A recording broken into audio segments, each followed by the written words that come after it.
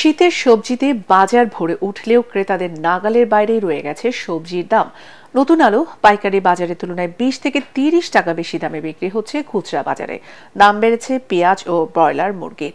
চাল এবং অন্যান্য পণ্যের দাম সেই যে বেড়েছে, এরপর আর নামার কোনো নাম নেই। ক্রেতারা বলছেন কোনো পণ্যের দামই সহনীয় পর্যায়ে নেই। আরো জানাচ্ছেন মুশফিকুর রহমান। মৌসুমী সবজির এমন সমারোহ দেখে চোখ জুড়িয়ে আসে, কিন্তু দাম নাগালের বাইরে হওয়ায় সাপ্তাহিক ছুটির দিনেও ক্রেতাদের খুব একটা ভিড় নেই রাজধানীর কারওয়ান বাজারে। বিক্রেতারা জানালেন আগামী সপ্তাহের মধ্যে কিছুটা কমতে পারে সবজির দাম। নতুন আলু এতদিন ইন্ডিয়ানরা ছিল, এখন আমাদের দেশিরা আসছে। বর্তমানে 100 থেকে 110 টাকা কেজি। আর হলো আমাদের দেশি গাজর, এটা হলো 80 থেকে 90 টাকা কেজি। যার আমাদের দেশি যে ফলগুলো আসতেছে, ফলনগুলো এগুলো মানে হলো মোটামুটি দাম কমতেছে এবং হলো আমদামি আছে। আমি আশাবাদী আরো সপ্তাহে গেলে এবার এসে মানে 50-60-এর ভিতরে প্রয়োগ করা সম্ভব। বসুন্ধরা টিস্যুতে ছাড়ের ছড়াছড়ি। বসুন্ধরা টিস্যু নিয়ে এলো নিশ্চিত ছাড়। এদিকে হতাশার সুর পেঁয়াজ ব্যবসায়ীদের কণ্ঠে। কেজিতে 10 থেকে 15 টাকা বাড়লেও লোকসান গুনতে হচ্ছে বলে অভিযোগ তাদের।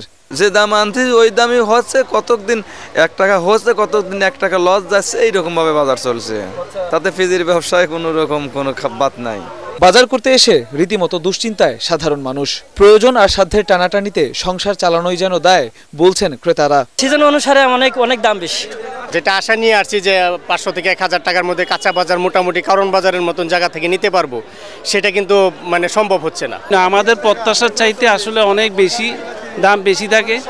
এইটা শীতকালীন বাজারে এত দামে আসলে এটা আমার কাছে বোধগম্য হচ্ছে না। এদিকে দাম বেড়েছে ব্রয়লার মুরগি ও মাছের।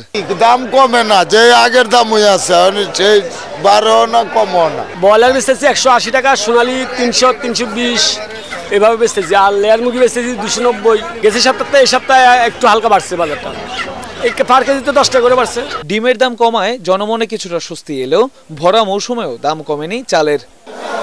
মুশফিকুর রহমান, ATN বাংলা, ঢাকা।